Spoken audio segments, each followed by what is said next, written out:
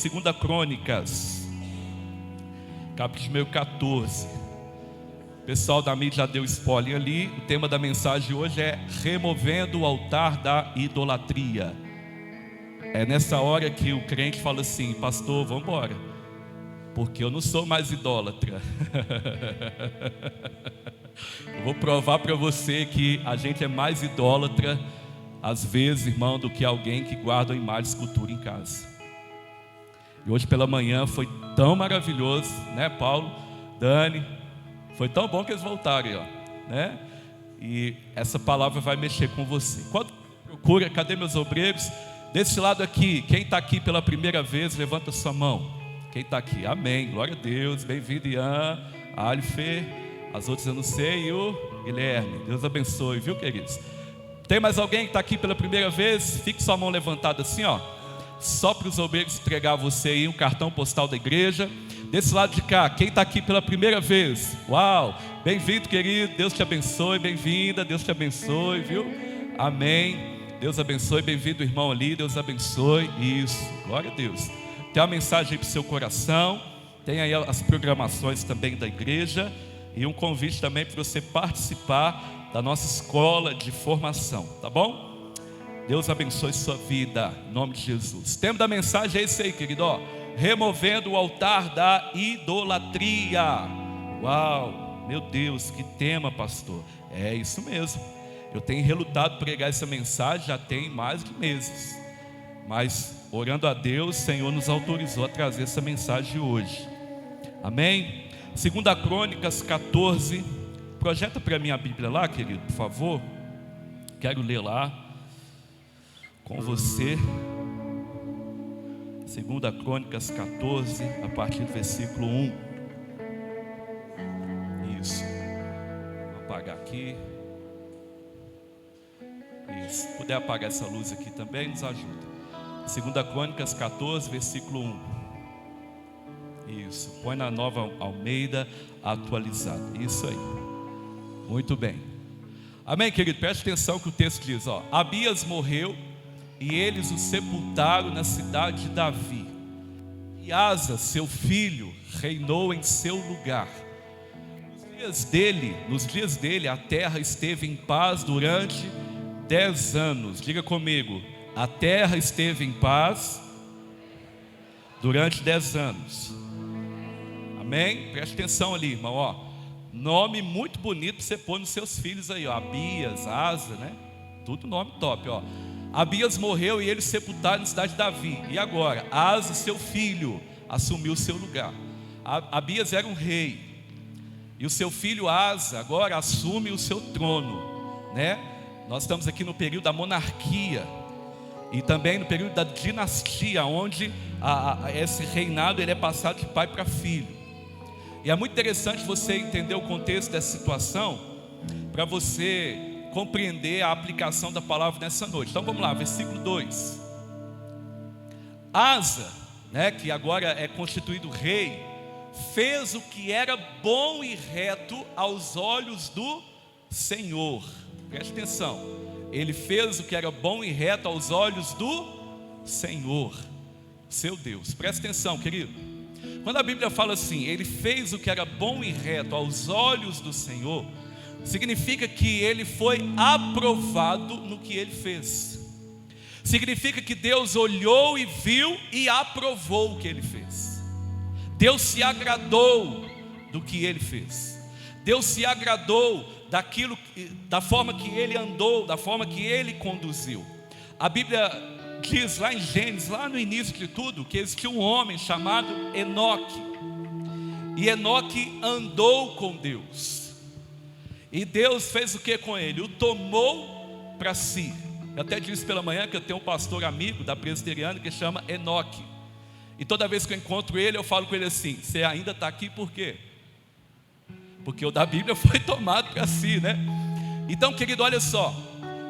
Quem deve aprovar as nossas ações é Deus. Logo, eu devo me preocupar se Deus está aprovando ou não os meus caminhos. Você diz amém?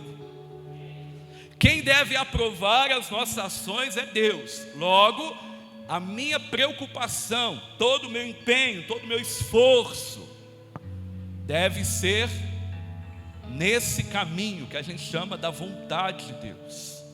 E a Bíblia diz que Asa, ele fez o que era bom e reto aos olhos do Senhor, o seu Deus. Versículo 3. E por que Deus se agradou do que Asa fez? Por que Deus ele testificou, ele afirmou, ele se agradou, ele se alegrou, ele aprovou as atitudes do rei Asa nesse momento? Sabe por quê? Porque ele teve algumas atitudes que alguns reis não tiveram. Presta atenção. Porque ele aboliu os altares dos deuses estranhos e o culto nos lugares altos, quebrou as colunas e cortou os postes da deusa Aserá. Versículo 4. Ordenou a Judá que buscasse o Senhor, Deus de seus pais, e que observasse a lei e o mandamento. Versículo 5. Também aboliu de todas as cidades de Judá o culto nos lugares altos, aí tem uma repetição, e os altares do incenso, e houve paz no seu reinado. Agora põe para mim o versículo 7. 6, por favor, 6. Asa construiu cidades fortificadas em Judá, pois havia paz na terra, e não houve guerra contra ele naqueles anos, porque o Senhor lhe tinha dado repouso. Presta atenção, irmão. Asa assume o reinado, e o rei tem todo o poder. Tem todo o poder ali no seu reinado. O rei pode fazer o que ele quiser. Mas a maior preocupação desse rei foi o quê? Foi remover. A Bíblia usa uma palavra tão forte que é remover para sempre, é tirar do seu meio. Ela usa a palavra aboliu, tirou de circulação, não deu qualquer tentativa daquilo voltar, não tolerou nada, removeu tudo. Ele aboliu tudo enquanto é altar, culto, crença, tudo que se remetia, que apontava para um outro Deus. Mas uma segunda coisa ele fez, além de remover, ele decretou, ele também constituiu a adoração ao único Deus, ao grande eu sou, ao Deus Criador, ao Deus de Abraão, Isaac, Jacó, ao Deus dos antepassados. Sabe, querido, entenda uma coisa na sua vida: quando a gente se converte a Cristo Jesus e é alcançado por esse amor, a gente entra num processo chamado de santificação, sim ou não? E a gente começa então a tirar da nossa vida, hábitos, crenças, costumes que podem ir de encontro, ao que Deus ordenou. A gente quer remover da nossa vida, e isso é necessário, tudo enquanto é coisa, prática, pecado que não agrada a Deus. A gente faz isso. Então, o próprio Espírito Santo que vem habitar em nós, ele começa a nos mostrar essas coisas, e ele começa então a nos dar discernimento. E a cada passo que eu conheço a vontade de Deus, me relacionando com Ele pela palavra, sendo ministrado, sendo ensinado, sendo discipulado, eu vou então removendo essas coisas. Por quê, querido? Porque eu quero agradar a Deus, porque eu quero servir a Deus de todo o coração, porque eu não quero mais tolerar nada que possa me tirar de Deus na minha vida. O primeiro ano de conversão, querido, sabe, é aquele ano que a gente vive as maiores batalhas da nossa vida. É aquele ano que a gente tem que tomar muitas decisões, e uma atrás da outra. Se a gente está num relacionamento que está em pecado, eu largo o relacionamento. Se eu estou, denegrindo o meu corpo com um vício, eu batalho para libertar desse vício, porque eu passo a entender que a vontade de Deus, ela é boa, perfeita, agradável, e Deus nos criou para desfrutar dessa vontade. e que existem coisas que me machuca, existem coisas que faz mal, e é isso que a Bíblia chama de pecado. Então eu não quero mais flertar com essas coisas, eu não quero mais praticar essas coisas. Aí é aquele momento que a gente começa a ter crise. Por quê? Porque muitos amigos afastam a gente, ou a gente tem que afastar de muitas amizades, e ali a gente entra em conflito, porque olha, eu não imaginava que era assim, mas a gente está tão apaixonado por Deus, a gente está naquele primeiro amor, que a gente nunca deveria perder, e a gente fala, eu não quero isso para a minha vida. Sabe, querido, a gente busca em todo tempo. Às vezes o pastor tem que falar, meu filho, vai devagar, porque eu só estou vendo você na igreja. Vai cuidar da sua família, vai cuidar dos seus filhos, que eu só estou vendo. Não, pastor, eu quero servir na obra. Quem viveu isso na sua conversão? Eu vivi isso, irmão. Meu pai falou assim, eu vou comprar uma cama e pôr lá na igreja para você dormir lá. Porque acabava o culto, a gente não queria ir embora, a gente queria estar com a galera conversando, aprendendo, falando as coisas de Deus. E quando o pecado ameaçava crescer de novo no nosso coração, a gente procurava alguém e falava, me ajuda, por favor, eu preciso me santificar, eu não quero entristecer o coração de Deus. A gente viveu esse tempo, e esse tempo foi bom. Só que, querido, às vezes nós erramos muito como discipuladores, mestres, quem ensina, que às vezes a gente diz para a pessoa o que ela tem que tirar da sua vida. A gente fala, olha, você precisa parar com isso, aquilo outro. Mas a gente não ensina para ele o que ele deve pôr no lugar, o que ele deve acrescentar. Eu disse pela manhã, querido, que quando uma pessoa se converte, os primeiros cultos para ela está tão apaixonada, que ela quer fazer tudo certinho. Ela chega cedo. Uau, isso é muito importante, irmão, chegar cedo, hein? Ela chega cedo, ela senta na frente, ela procura o melhor lugar, porque ela não quer ter a sua atenção distraída de jeito nenhum.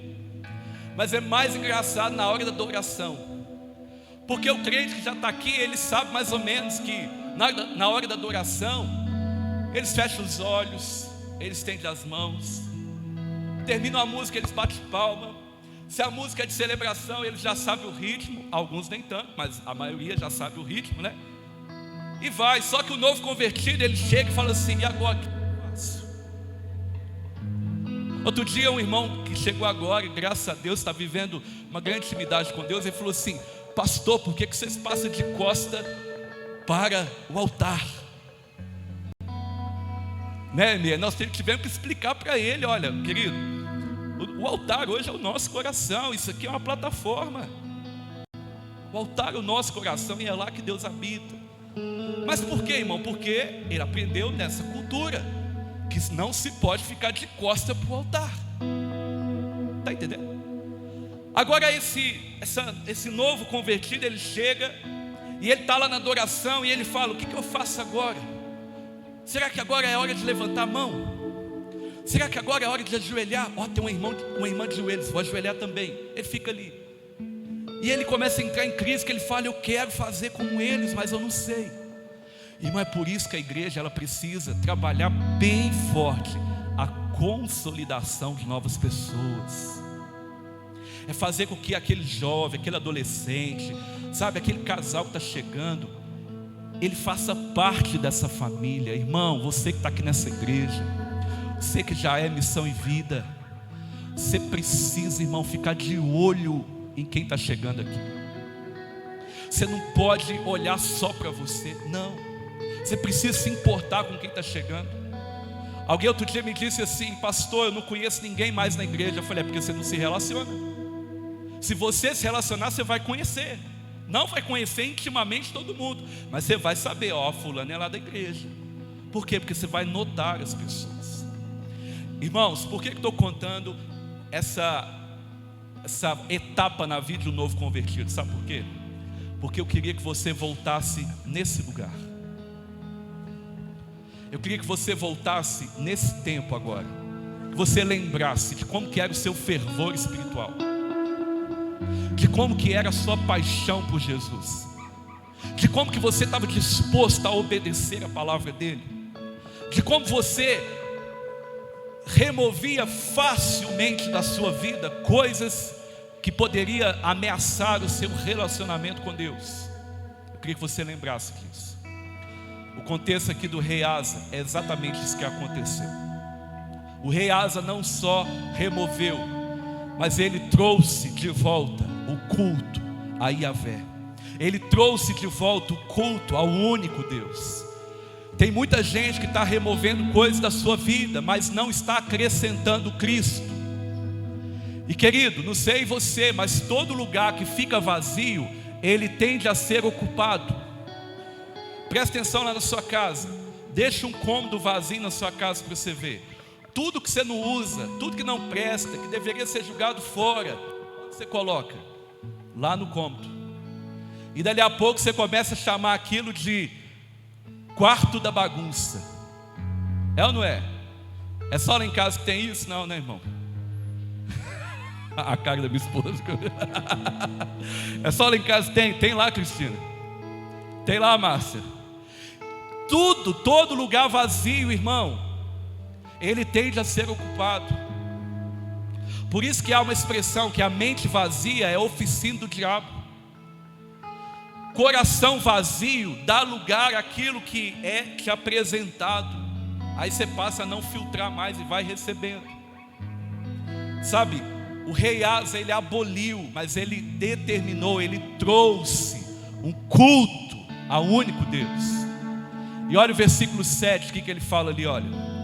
Ele disse a Judá: vamos construir esta cidade, cercá-las de muralhas e torres, portões e ferrolhos, enquanto a terra ainda está em paz diante de nós, pois temos buscado o Senhor, o nosso Deus. Nós o temos buscado e Ele nos deu repouso por todos os lados. Presta atenção nisso aqui, irmão.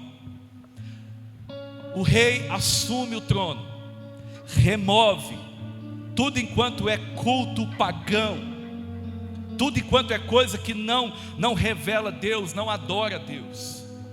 E ele agora institui o culto ao único Deus. Ele determina agora: vamos cultuar a Deus, o Deus dos nossos antepassados, aquele que nos tirou todo o nosso povo da escravidão do Egito, aquele que está trabalhando em nós, nos conduziu a essa terra. Vamos adorar Ele.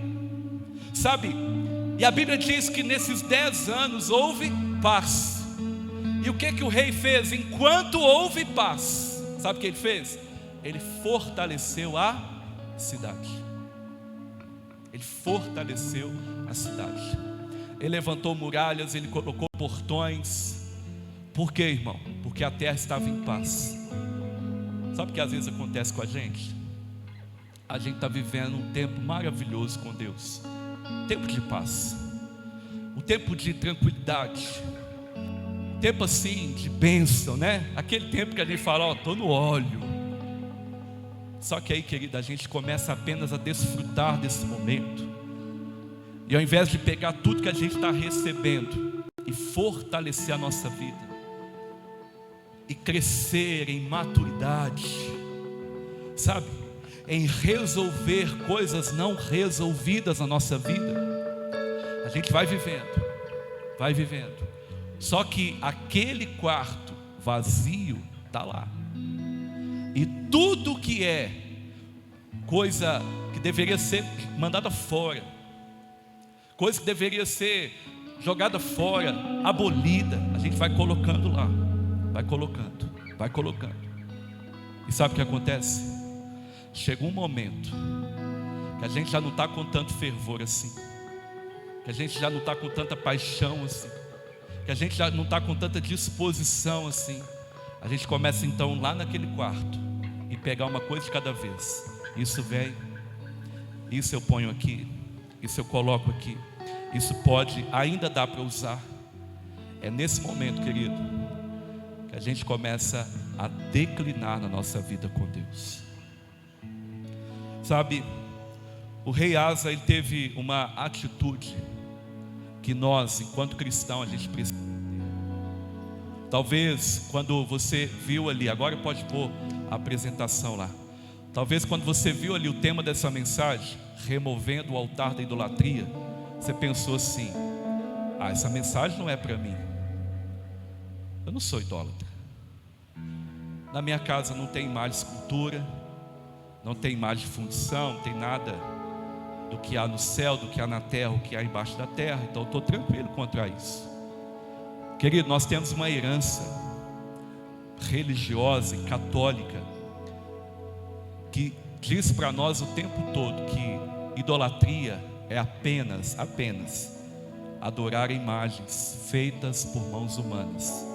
Mas nós esquecemos que o verdadeiro significado da idolatria é quando a gente ama mais o nosso prazer, é quando a gente ama mais a nossa vontade do que a vontade de Deus. Lembra do novo convertido que estava pronto para tirar da vida dele tudo enquanto é coisa que o tirava de Deus? Lembra? Lembra daquele tempo que você tomou uma postura, tomou uma decisão e disse: eu vou remover da minha vida tudo que pode, por menor que seja, desviar a minha atenção e me impedir de viver a vida com Deus? Lembra daquele tempo? O problema é que a gente vai acumulando coisas, e essas coisas dali a pouco a gente começa a amar elas, a gente começa a se importar com elas, e a gente começa então, querido, a valorizar elas muito mais do que a vontade de Deus. Coisa que você já deveria ter removido, abolido, jogado fora, você começa a trazer de volta e começa a pensar: será que Deus aceita? Será que Deus aprova? Eu queria falar sobre alguns pontos aqui para aplicação nessa noite na nossa vida. Removendo o altar da idolatria. Primeira coisa, o que é idolatria? Quando a gente fala idolatria, você percebe que é uma cultura de adoração a ídolos. Mas que tipo de ídolo? Olha só, o dicionário diz que idolatria é o seguinte, culto que se presta a ídolos. Mas tem um outro significado junto a isso: amor excessivo, admiração exagerada. Em algum momento da sua vida, querido, você já amou uma coisa muito mais do que a vontade de Deus? Você já abriu mão da vontade de Deus, do mandamento do Senhor, daquilo que Deus se alegra, daquilo que Deus aprova, porque você queria tanto? Se em algum momento você já fez isso, você cometeu um pecado de idolatria. Mesmo não tendo na sua casa nenhuma imagem de escultura. Quando temos uma admiração excessiva, algo que extrapola a ponto, de tirar a vontade de Deus e colocar a minha vontade, isso é idolatria. E essa idolatria, querido, ela pode criar assim braços, tentáculos, sabe? Ela pode criar assim outras consequências na nossa vida. Nós estamos vivendo uma geração que se preocupa muito com muitas coisas e pouco com a vontade de Deus. O nosso filtro para tudo que a gente vai fazer, vai desejar, vai andar, deveria ser: Deus aprova. Essa é a vontade de Deus, ainda que seja lícito, ainda que seja positivo, ainda que você diga: isso não tem nada a ver. Mas o nosso filtro deveria ser: se Deus está aprovando aquilo na minha vida, nesse exato momento, se essa é a vontade de Deus. Esse deveria ser o nosso filtro, esse deveria ser o parâmetro que mede a nossa vida. Porém, querido, na maioria das vezes, o que nós estamos fazendo? Nós abraçamos primeiro e pergunta para Deus depois. A gente faz primeiro e depois pede para Deus abençoar. A gente pratica primeiro e depois pede a Deus misericórdia. Nesse momento, a gente entra num processo doloroso, mas muito doloroso, que Paulo chama de uma guerra que está travada dentro de nós, que é a luta da carne contra o Espírito. Nesse momento a gente começa então a lutar contra os nossos desejos. E eu queria que você prestasse bem atenção nesse significado. O que é idolatria? É um amor excessivo, é uma admiração exagerada. que ultrapassa até os limites da palavra de Deus. Isso é idolatria. Isso é idolatria. E querido, isso pode se revelar em diversas áreas da nossa vida. Quer ver uma delas? Ministerialmente. Ministerialmente. No ministério, nós temos que fazer aquilo que Deus quer que a gente faça. Aquilo que Deus está direcionando. Mas muitas das vezes, o que nós queremos? Nós queremos fazer o que a gente acha que é melhor e quer que Deus abençoa. Não é, irmão? Se você já não passou por isso, eu já passei. O maior desafio de um homem de Deus, irmão, é lutar contra a sua própria vontade. Todos os dias. Tem dia, irmão, que dá vontade de chegar aqui e chamar irmão pelo nome e falar: vem cá na frente, por favor. Tem dia que essa é a vontade pastoral. É ou não é?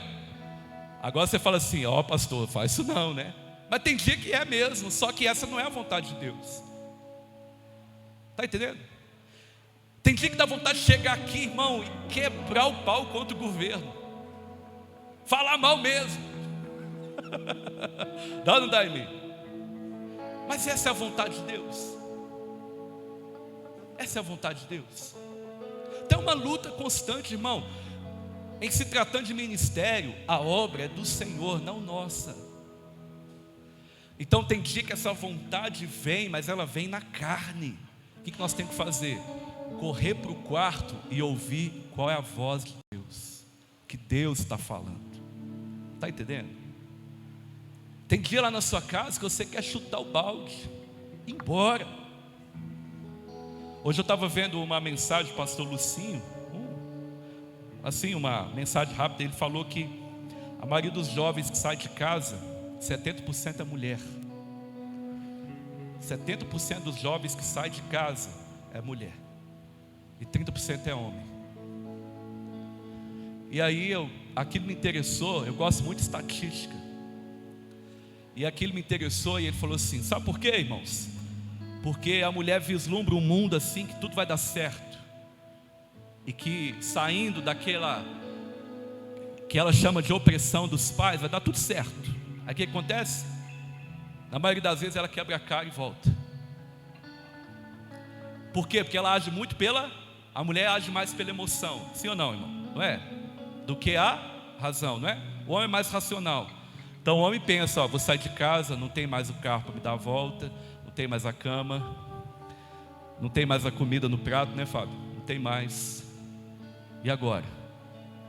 Agora a mulher: não, vou viver do meu jeito. E aí? Aí ela vai para lá e ela fala: eita. Aí ela volta. Está entendendo?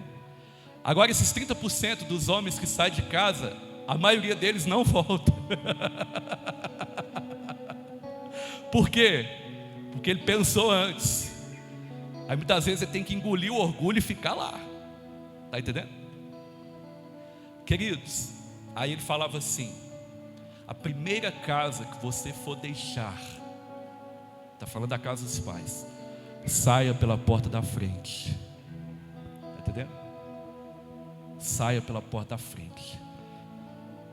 Saia com a bênção dos seus pais, para que você não atraia para si maldição. Sabe, meu irmão, quando é que eu sou idólatra? Quando é que eu me comporto como idólatra?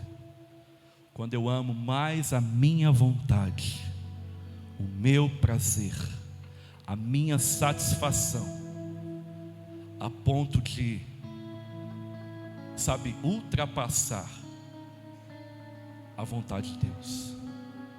Outro ponto aqui, a Bíblia diz que o rei Asa, ele aboliu os altares e os cultos a outros deuses.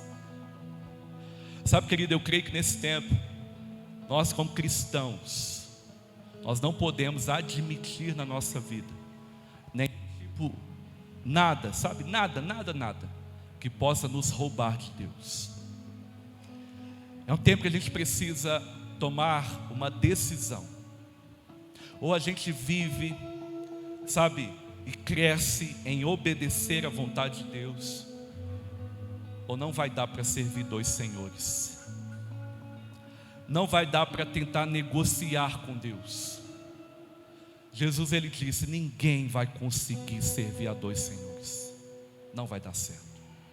Porque há de agradar a um e desagradar o outro, e há de amar a um mais do que o outro. Sabe, querido, na sua vida hoje, pergunte-se: será que existe algo na minha vida que eu tenho amado e dedicado mais do que o Senhor? Se o Senhor me pedir isso hoje, eu estou disposto a dar. Se o Senhor me pedir isso agora, eu estou disposto a abrir mão, eu estou disposto a abolir da minha vida. Faz essa pergunta. Faz essa pergunta. Se o Senhor pedir hoje o Isaac, o filho da promessa, aquele que foi gerado no ambiente de milagre, no ambiente sobrenatural, você tem coragem de dar a ele? Eu fiz essa pergunta fazendo essa mensagem hoje. Renan, se Deus te pedir a missão em vida, você tem coragem de dar ela? É, irmão, eu falo que antes da gente pregar a mensagem, a gente é pregado na cruz. Se Ele pedir hoje que você, sabe, mais tem apreço, você teria coragem de dar? Teria coragem? Eu contei aqui outro dia uma experiência que meu filho teve. Eu perguntei para ele: filho, o que você acha melhor? Ir embora com Jesus ou ficar com papai e mamãe? Ele falou: ah, pai, é óbvio. Eu já estava assim: é óbvio que é ir com Jesus. É claro. E aí, conversando no carro com ele sobre aquilo, ele falou assim: papai, você não está lendo a Bíblia, não?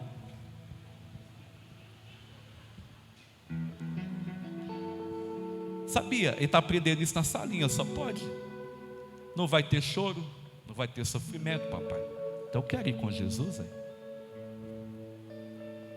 Sabe, querido, é hora da gente fazer esse desafio para os nossos filhos.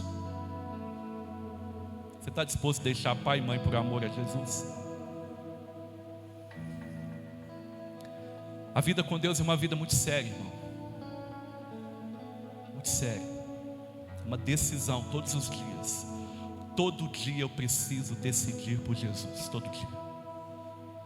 Aquele dia que você decidiu, entregou a vida para Jesus, glória a Deus, marcou sua vida para a salvação.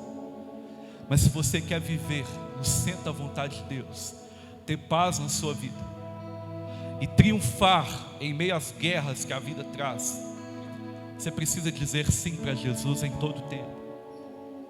Tudo que você está envolvido, você precisa passar pelo filtro da vontade de Deus. Você precisa estar disponível e disponível para Ele todas as vezes que Ele pedir você. Está entendendo isso? Sabe, querido, a gente precisa remover esse altar que vira e mexe, a gente coloca um ídolo lá. Ora é o emprego, ora é o namoro, ora é o bem-estar. Um amigo, irmão, ele disse uma vez que existe uma palavra muito perigosa na vida do crente. É que é assim: eu também mereço. Essa frase é muito perigosa. Eu mereço. Ora é o ministério. Sabe, ora é a minha vontade. Preciso remover esse altar. E quando eu removo esse altar, eu preciso construir outro. Um altar onde Deus habita. E onde Deus habita, Ele também governa. Ele reina.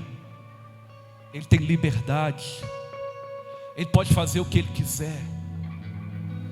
Tem muitas pessoas que estão vivendo a vida com Deus e dizendo: Senhor, entra no meu casamento, porque o meu casamento precisa do Senhor. Mas não mexe nas minhas finanças, porque as minhas finanças eu mesmo controlo. Ou então ao contrário: Senhor, muda a minha vida financeira, porque a minha vida financeira está uma desgraça. Ah, mas aqui não, no meu passado não mexe. Não, deixa, eu não quero falar sobre isso.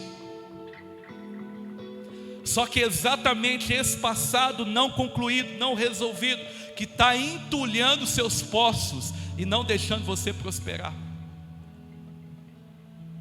Essas coisas não resolvidas, não concluídas, não esclarecidas, que está como uma amarra nos seus lombos. E ao invés de você estar com lombos cingidos, né, Mi? Você está com lombos bloqueados, amarrados. E por mais que você se esforce, você não sai do lugar. Por quê? Porque você não removeu aquele altar da idolatria. E todas as vezes, quando você quer alguma coisa, você põe aquilo naquele altar. Irmão, deixa eu te falar uma coisa: tem gente que é promovido no trabalho, nunca mais serve a Deus. Tem gente que começa a namorar, nunca mais serve a Deus. Tem gente que casa, esquece a obra de Deus, esquece o relacionamento com Deus, só quer curtir a vida, viajar e não sei o quê. Tem pessoas, querido, que às vezes prosperam um pouquinho, abandona Deus, vira as costas para Deus, começa a viver infeliz e não desfrutar da sua riqueza. Sabe, é tempo da gente remover esses altares da nossa vida, para que não haja possibilidade nenhuma de um ídolo ser colocado. Se existe um ídolo é porque existe um altar. Agora, se eu removo o altar, não vai ser colocado um ídolo ali. Se eu construo na minha vida um altar para que Deus habite, a promessa é que o fogo vai arder sobre o altar e jamais vai se apagar. Aleluia! Quando o fogo vem, querido, ele queima o que não presta. Quando o fogo veio ali em Elias, Monte Carmelo, quando veio ali, ele queimou todo o sacrifício e exterminou os profetas de Baal. Por quê? Porque aquilo não prestava. Mas o fogo que veio sobre o altar, onde Elias construiu, uau, ele foi um fogo de avivamento. Por que o avivamento não vem nas nossas igrejas? Porque nós estamos cheios de altar, esperando um ídolo ser colocado. E às vezes o altar, ele está sendo mais bem adornado do que o altar onde Deus deve habitar. É tempo da gente voltar, irmão. E para voltar, a gente precisa remover esses altares. A gente precisa remover esses altares. A gente precisa preencher o lugar vazio, mas com a presença de Deus, e não com algo da nossa própria vontade. Sabe o que difere o cristianismo de muitas outras crenças e religiões? É que o cristianismo, ele é um chamado à liberdade. A maior obra de Deus é libertar você de si mesmo, das suas próprias vontades, do seu próprio prazer, sabe, daquilo que veio e foi corrompido pelo pecado.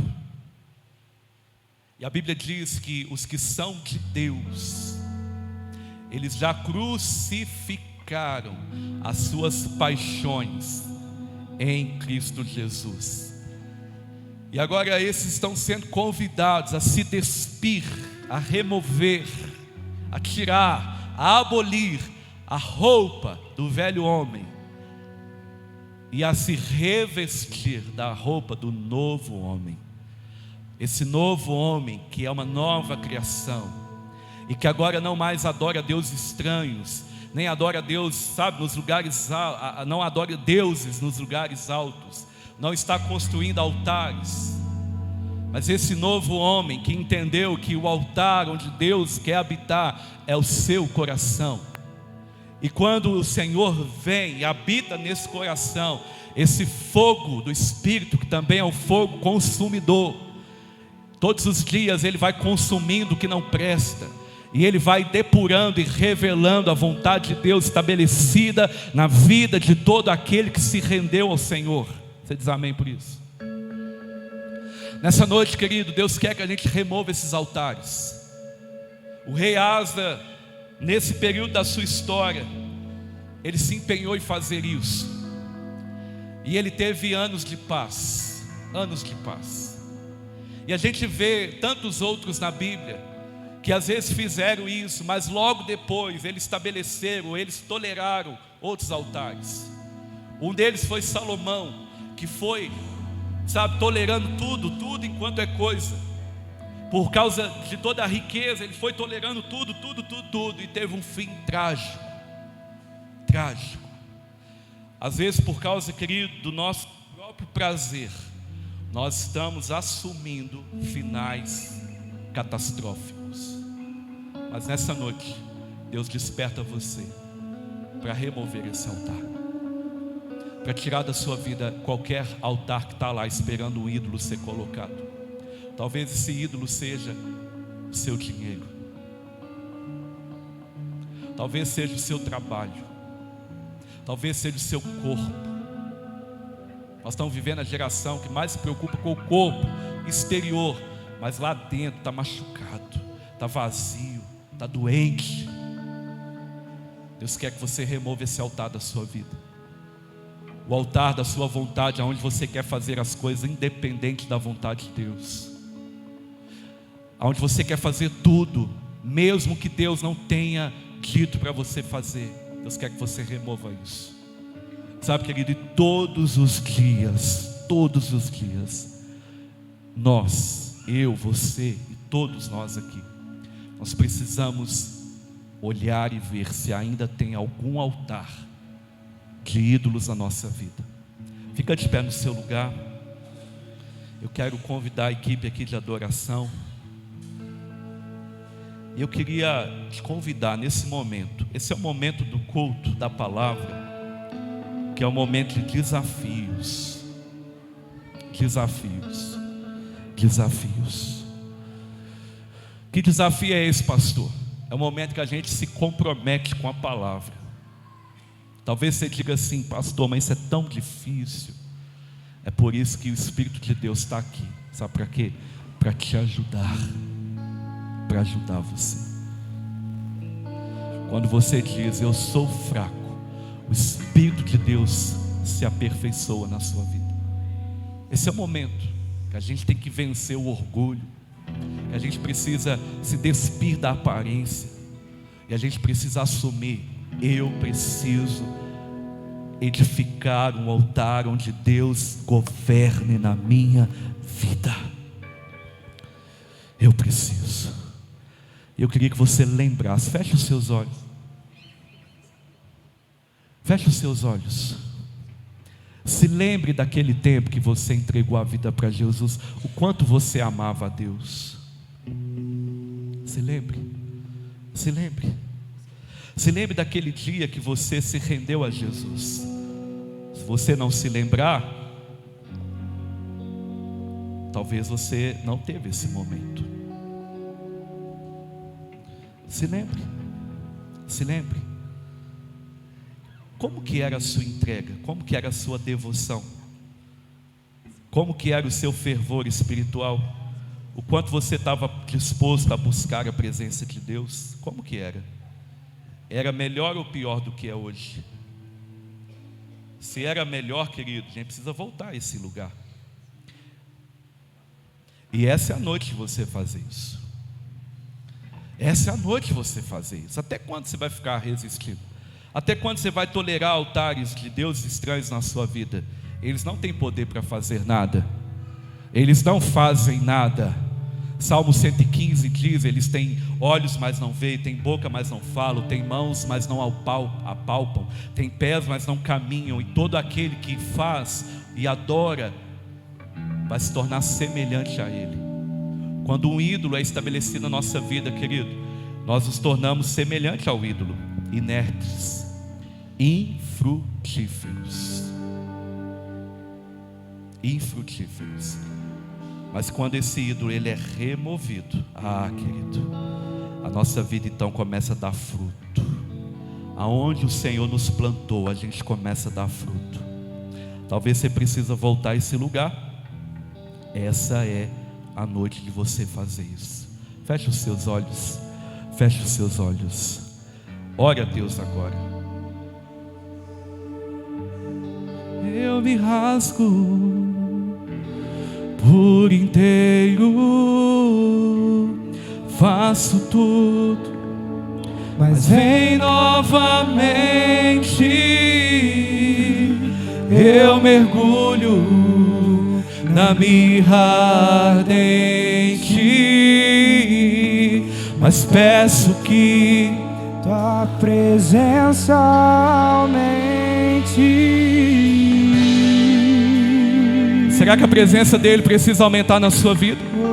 Será que a presença dele precisa aumentar no seu dia a dia? Precisa aumentar aí agora onde você está, essa noite. Se rasgue por inteiro, se renda a ele. Eu me rasgo.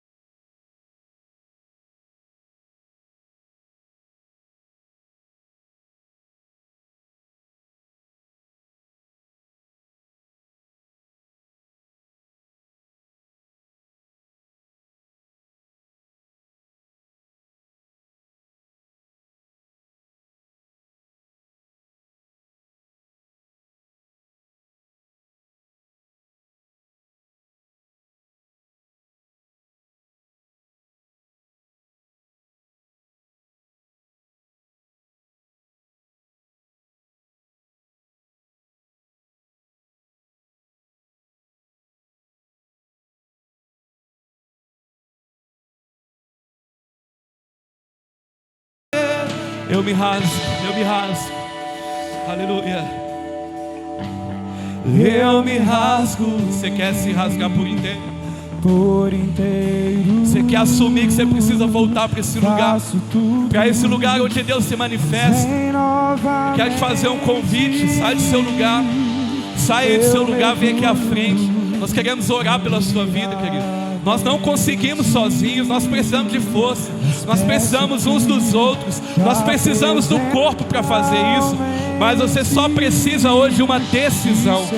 Se você decidir, eu quero sair desse lugar de frieza, desse lugar de idolatria, desse lugar da minha vontade, desse lugar do meu prazer, desse lugar da desobediência. Se eu quero sair, se você quer sair, eu te faço um convite. Sai do seu lugar agora. Vem aqui à frente. Nós queremos abraçar você, orar com você. Diga isso bem forte. Quem já pisou no Santo dos Santos, em outro lugar, não sabe viver. E onde estiver, é hoje, clamar pela glória, a glória de Deus. Vamos edificar esse altar e vamos dizer que Ele é santo, santo, santo,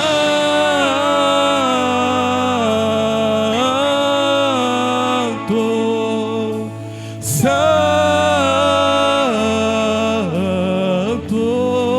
Não há ninguém como tu, santo.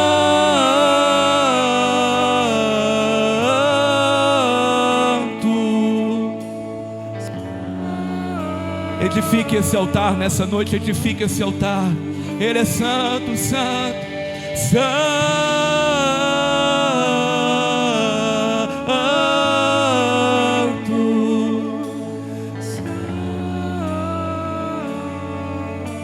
Ele é santo, santo, santo, santo, santo.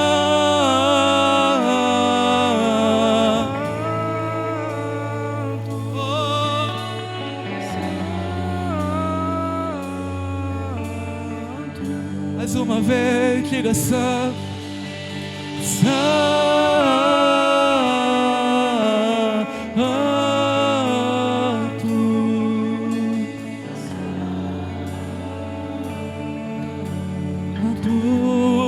Ele é santo, santo, santo.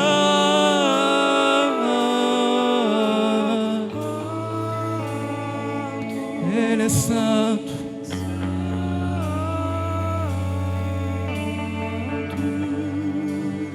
Quem já pisou santo? Esse é o nosso lugar. Esse é o seu lugar.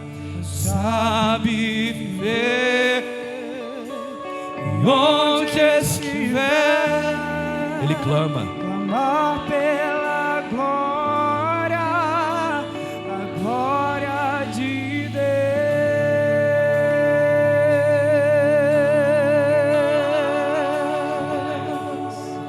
Glórias a Deus. Essa noite, como o rei Asa fez, querido, você precisa decidir.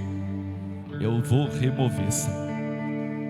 Vou remover na minha vida todo e qualquer altar que não te glorifica, que não te exalta, que não revela o seu nome.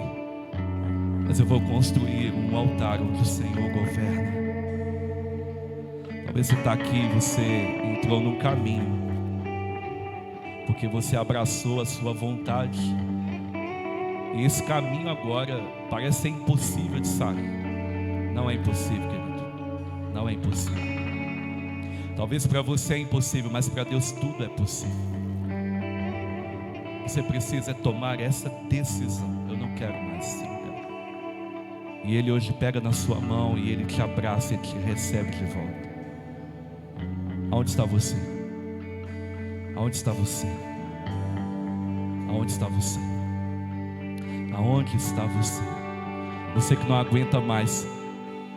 Você não é mais como Judá que tem paz. Pelo contrário, você não tem paz. Você não dorme mais, você não descansa mais. Aonde está você? Se você está aí, levanta sua mão assim, alguém vai até você e vai orar com você. Ou então, sai do seu lugar, vem aqui. O Senhor diz no meu coração, existem pessoas aqui que precisam remover esses altares. Se esses altares não forem removidos e ocupados, o Senhor ocupe o altar dele, querido. Você vai se esforçar, você vai tentar, você vai se esforçar tanto, mas não vai dar. Não vai dar. Se você está aí, vem aqui à frente. Quero convidar o Emir aqui, que ele vai orar.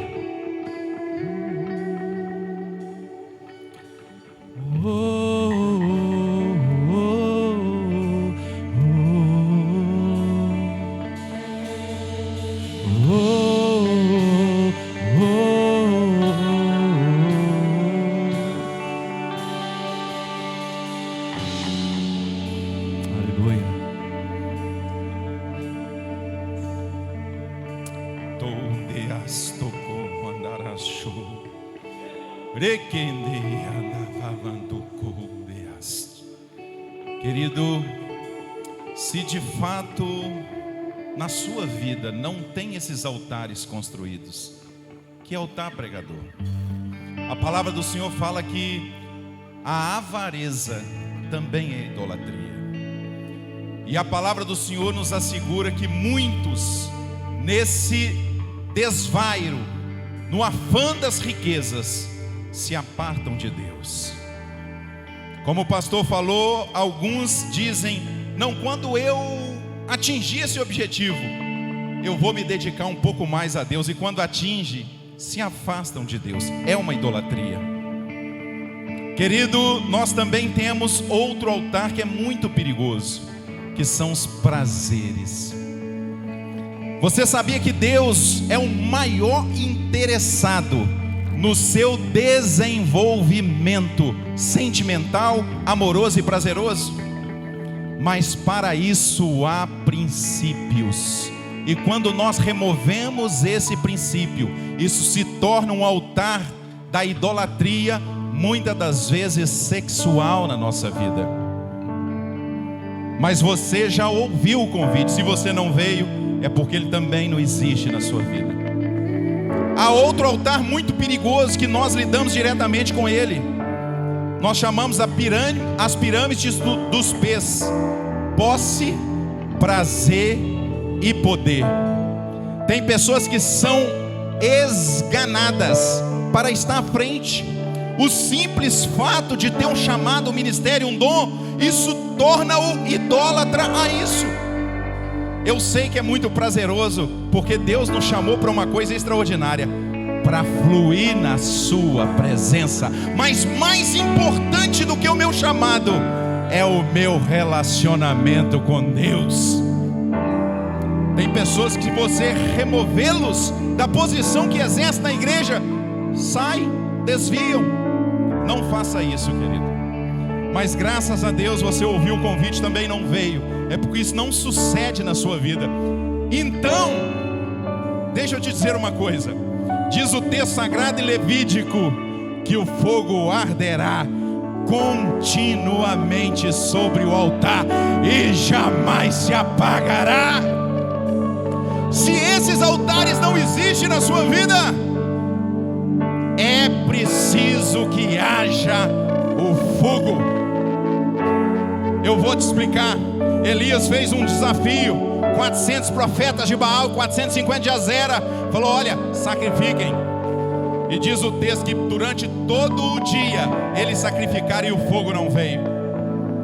E Elias, sabe o que ele fez? Ele não ofereceu o seu sacrifício, ele reparou o altar. Talvez o fogo não está acontecendo na sua vida, porque você ainda não se propôs a reparar o altar. E Elias fez apenas uma oração, e o fogo desceu dos céus, lambeu o sacrifício, e todo o povo se encurvou e disse: só o Senhor é Deus. Aleluias. Só o Senhor é Deus. Repare o seu altar, restaure o seu altar, mas não permita que falte o fogo. Deixa eu te falar, o fogo não é humano, a unção não é transferida. Você não veio aqui para receber uma centelha, para fazer com que esse fogo acenda, não. Sabe como é que acontecia no contexto do Antigo Testamento? Não existia fósforo, nem a madeira relando uma a outra, para que por sua vez acendesse esse fogo, não. O fogo vem do alto, o fogo vem de Deus, o fogo vem dos céus. João falou: eu batizo com água, mas aquele que vem após mim é mais poderoso que eu, e ele vos batizará com o Espírito e com fogo. Com o Espírito e com fogo. Aleluias, aleluias. Talvez você está bloqueado. Eu não mereço, nem eu.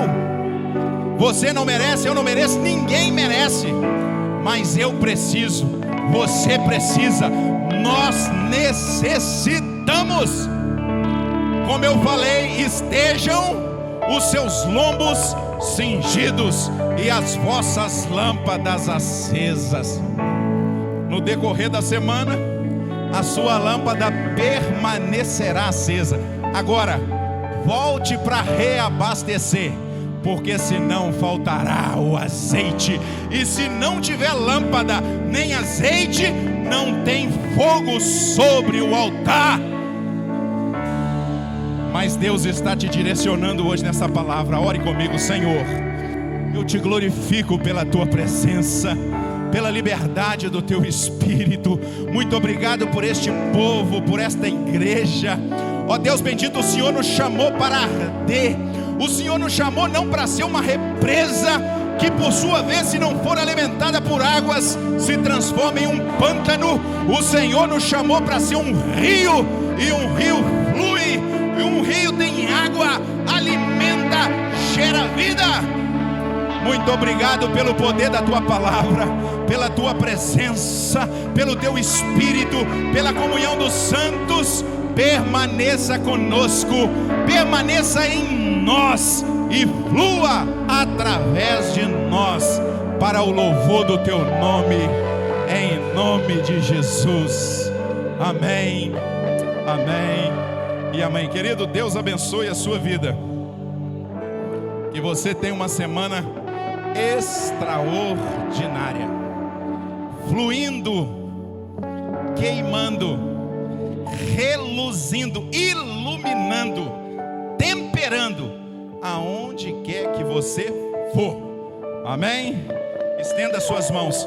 Que o grande amor de Deus, que a graça de Jesus, o seu Filho, doces, poderosas e extraordinárias consolação da parte do Espírito Santo seja com toda a igreja, não apenas hoje, mas para todos sempre. Todos dizem: vai em paz, e que o Senhor te acompanhe em nome de Jesus. Deus abençoe. Tem fogo nos olhos, eu não imagino.